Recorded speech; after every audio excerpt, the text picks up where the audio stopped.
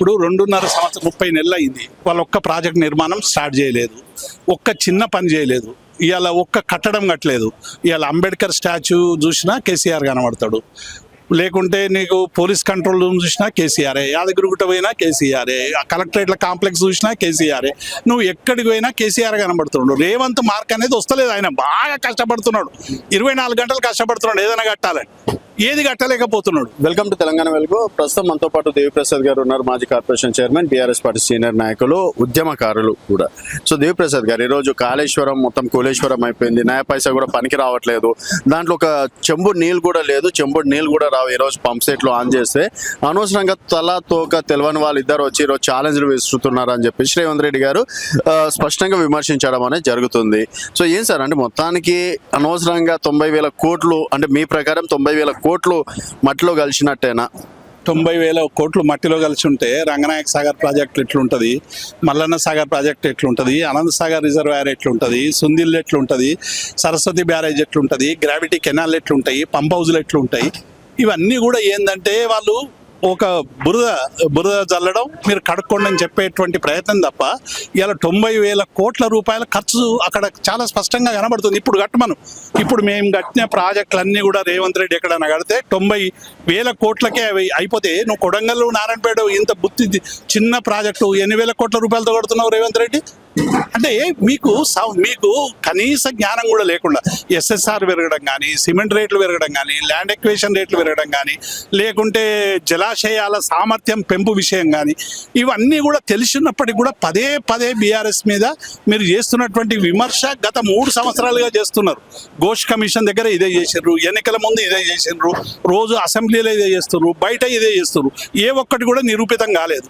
Ghosh commission అని పెట్టి చటాక్ ఘోష్ కూడా తీయలేదు అలా మీరు కాబట్టి ఇవన్నీ కూడా రేవంత్ రెడ్డి ఇలా బీఆర్ఎస్ మీద బురద పూసేటువంటి ప్రయత్నం తప్ప ఏ ఒక్కటి కాదు. ఇలా కాళేశ్వరం ప్రాజెక్ట్ ఇంటాక్ట్గా ఉంది, ఒక పిల్లర్కు మాత్రమే సమస్య వచ్చింది, దాన్ని రిపేర్ చేసుకోమని చెప్పి ఎన్డీఎస్ఏ చెప్పింది.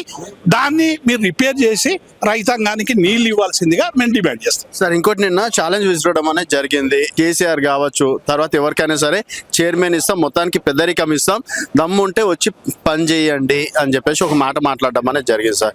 సో మరి దానికి బీఆర్ఎస్ పార్టీ సిద్ధమా? హరీష్ రావు గారు చెప్పారు కదా, ఆయన నీటిపారుదల శాఖ మంత్రిగా నాకు అవకాశం ఇవ్వండి, ఎందుకంటే నేను ఇప్పుడు ఈ పిల్లర్కు సంబంధించినటువంటి సమస్యను పరిష్కరించేటువంటి ప్రయత్నం చేస్తా, తెలంగాణ రైతాంగానికి నీళ్ళు ఇస్తా అని చెప్పి చాలా స్పష్టంగా చెప్పిండు కదా.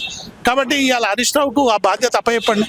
ఆయనకి ఏం డబ్బు అక్కర్లేదు, మీ కార్ అక్కర్లేదు, ఉత్తమ్ కుమార్ రెడ్డికి లెక్క హెలికాప్టర్ అక్కర్లేదు, ఏది అక్కర్లేదు. ఆయన డెఫినెట్గా ఈ వారం 10 రోజులలో అవసరమైనటువంటి రిపేర్లు చేసి తెలంగాణ రైతాంగానికి నీళ్ళు ఇచ్చే బాధ్యత తీసుకుంటా అని చెప్పిండు కదా మన రేవంత్ రెడ్డి. ముందుకు రమ్మనండి. ఓకే, అండ్ 60,000 50,000 మంది రైతులతో పంప్ హౌస్ ఆన్ చేసి అన్నారు కదా, దాని మీద కట్టుబడి డెఫినెట్ గా ఇవాళ 89,000 90,000 క్యూసెక్కులు నీళ్లు పోతా ఉంటే, వృధాగా సముద్రంలో కలుస్తూ ఉంటే, కనీసం ఆ నీళ్లను వెలికి తీసేటువంటి ఒక చేతగాని ప్రభుత్వము ఏం చెప్పమంటారు మళ్ళీ చెప్పండి.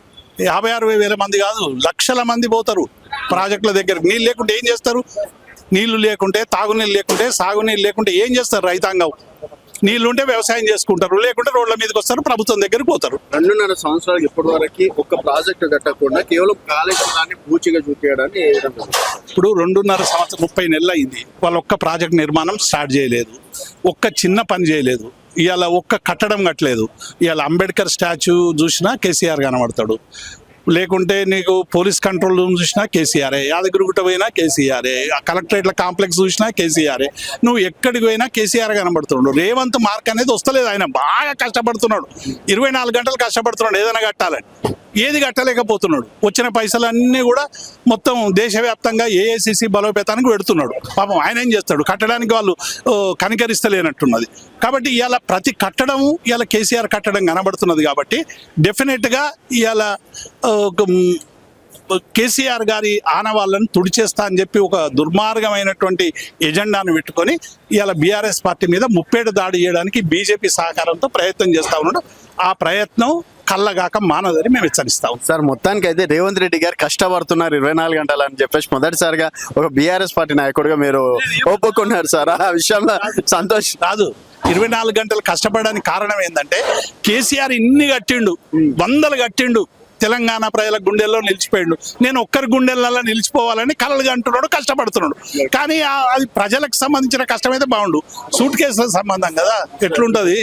మనుషుల ప్రేమ సంబంధం, ఉద్యమ సంబంధం ఉంటేనేమో ప్రజా సోయి ఉంటుంది, ప్రజల పట్ల ప్రేమ ఉంటుంది. ఇది సూట్ కేసుల బంధం ఎట్లుంటుంది? సూట్ కేసు పోగానే పోతుంది.